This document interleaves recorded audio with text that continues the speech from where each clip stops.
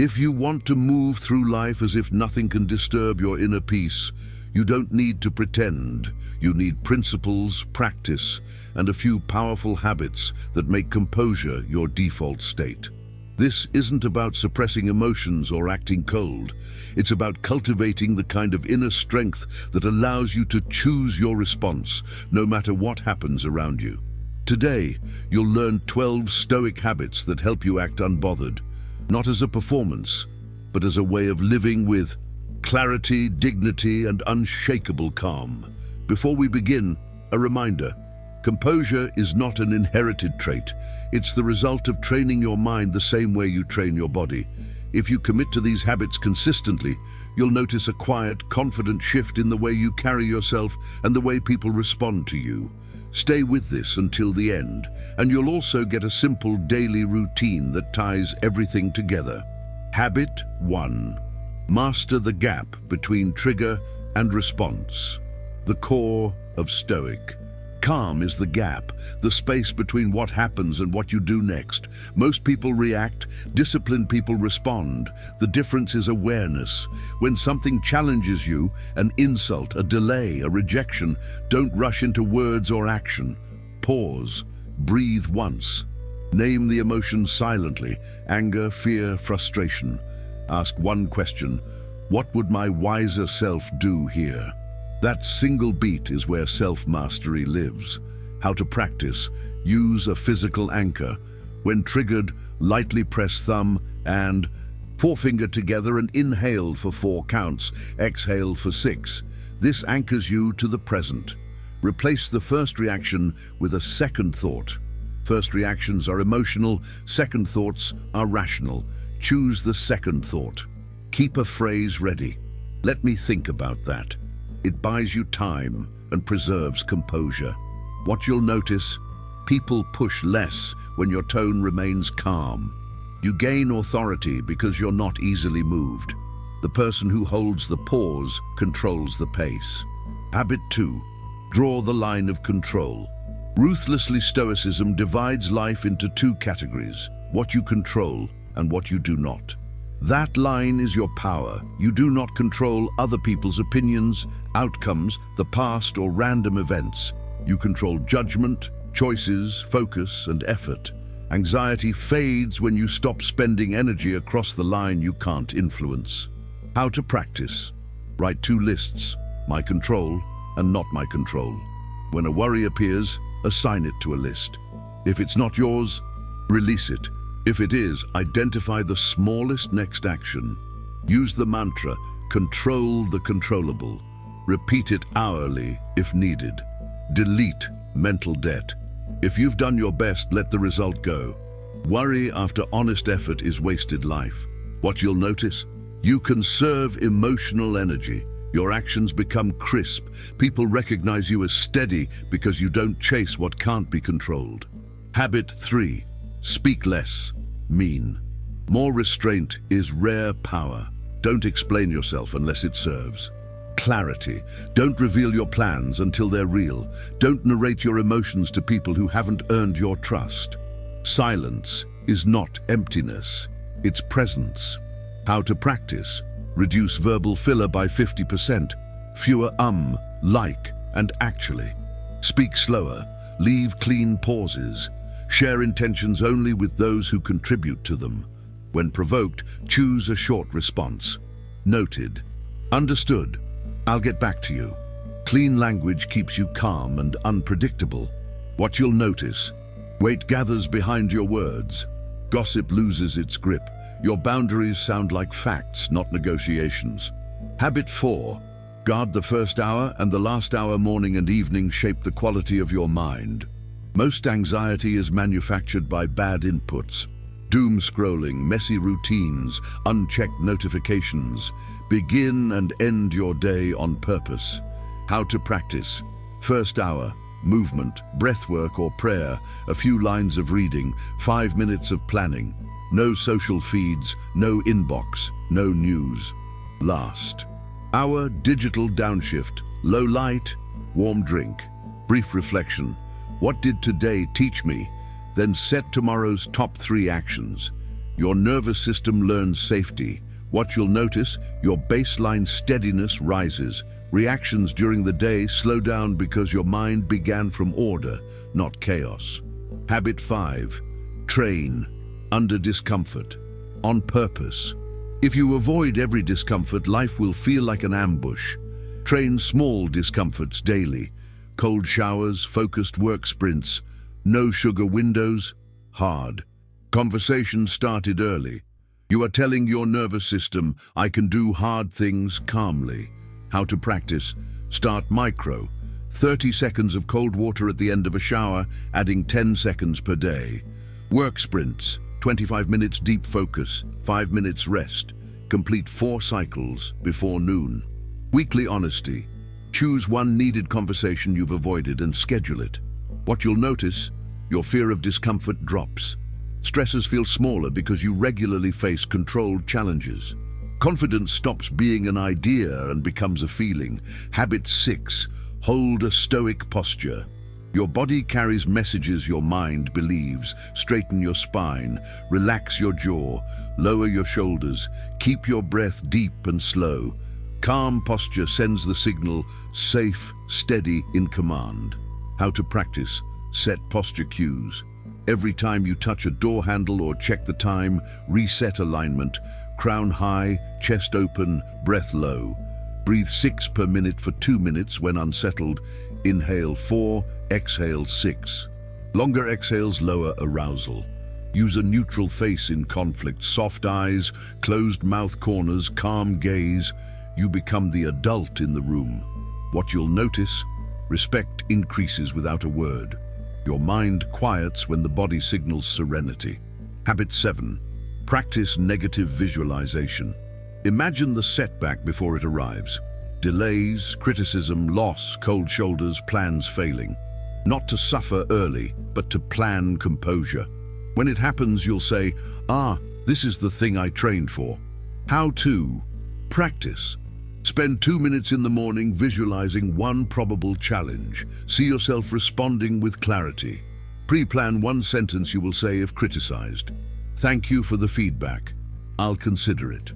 Or if rejected, understood. Thank you for your time. Decide in advance what not to do. No defensive emails, no posts written in anger, no impulsive calls. What you'll notice, surprises lose their sting. You move like a person who expected the weather to change and packed a jacket. Habit 8. Live by rules, not moods. Moods are unreliable captains. Rules protect your future from your present impulses. Decide your standards in calm moments and obey them when emotions flare. How to practice? Write 5 personal rules. Examples: no phone until after my first deep work block. Never negotiate when angry. Exercise 5 days a week, no debate. When in doubt, sleep on it. Review your rules every Sunday. Keep rule cards visible at your desk or lock screen. What? You'll notice, identity becomes solid. You start trusting yourself because you act consistently, not situationally. Habit 9. Let criticism pass through. To act unbothered, remove the hook in your ego. When criticized, ask, is it accurate? If yes, use it. If no, release it. Either way, there is nothing to carry. How to practice? Separate delivery from data. Even if the tone was poor, can you extract a useful signal? Use the thank and close response. Thanks for the input. I'll reflect. Then, move on. No arguments, no evidence dumps. If it lingers, journal a single page titled, What is Mine to Own? Everything else goes to the wind. What you'll notice, you become hard to offend and quick to improve. Your energy stops bleeding into ego battles. Habit 10.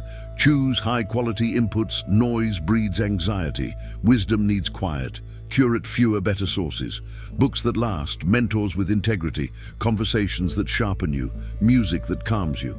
How to practice? Create a diet for the mind. Unfollow accounts that raise your blood pressure. Subscribe only to sources that inform or inspire. Replace 1 hour of scrolling with 30 minutes of reading and 30 minutes of journaling or walking. Keep a commonplace notebook. Write ideas worth keeping, lines that stabilize you, principles you want to practice. What you'll notice, your inner climate cools. You stop reacting to every trend and start building something of your own. Habit 11.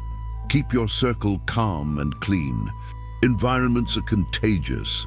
People either stabilize you or scatter you. Protect your boundaries without drama. You don't need to announce your standards. Live them. How to practice. Identify energy leaks. Relationships that always end with you feeling drained, agitated, or smaller. Reduce exposure. Increase time with those who challenge you to be better. Learn clean exits. I've got to run. Let's pick this up later. Or, I'm not the right person for this conversation. Do not argue with chaos. Distance is the parent of composure. What you'll notice, life simplifies. The fewer fires you stand next to, the less smoke you carry. Habit 12. End. Each day with a Stoic audit reflection is the engine of growth. The Stoic audit has 3 questions. What did I do well? Where did I fall below my standards? What will I do differently tomorrow? No self-hatred, only honesty and adjustments. How to practice. Write 3 bullets nightly. Win, miss, next time. Keep it under 5 minutes. If you broke a rule, decide 1 small penalty or correction. Extra workout set, earlier bedtime, apology sent. Repair fast. Reinforce wins. What you celebrate, you repeat. What you'll notice, you evolve steadily. Mistakes become teachers. Progress compounds quietly. The unbothered daily routine, 15 to 30 minutes morning, 10 minutes evening. Morning, 15-30 minutes. 1. Posture and breath, 2 minutes. Stand tall, long exhale breathing. 2. Movement, 5 to 10 minutes. Walk, mobility, light calisthenics. Move first. 3. Negative visualization, 2 minutes. Picture 1 likely challenge, see your calm response. 4. Intention, 3 minutes. Write top 3 actions, choose 1 sentence you'll use if triggered. 5. Quiet input, 3 to 10 minutes. Read a few lines from a book that centers you. Evening, 10 minutes. 1. Digital downshift, last hour. Low light, no feeds. 2. Audit, 5 minutes. Win, miss, next time. 3. Gratitude and release, 2 minutes. Note 1 good thing and 1 thing you're letting go. 4. Set.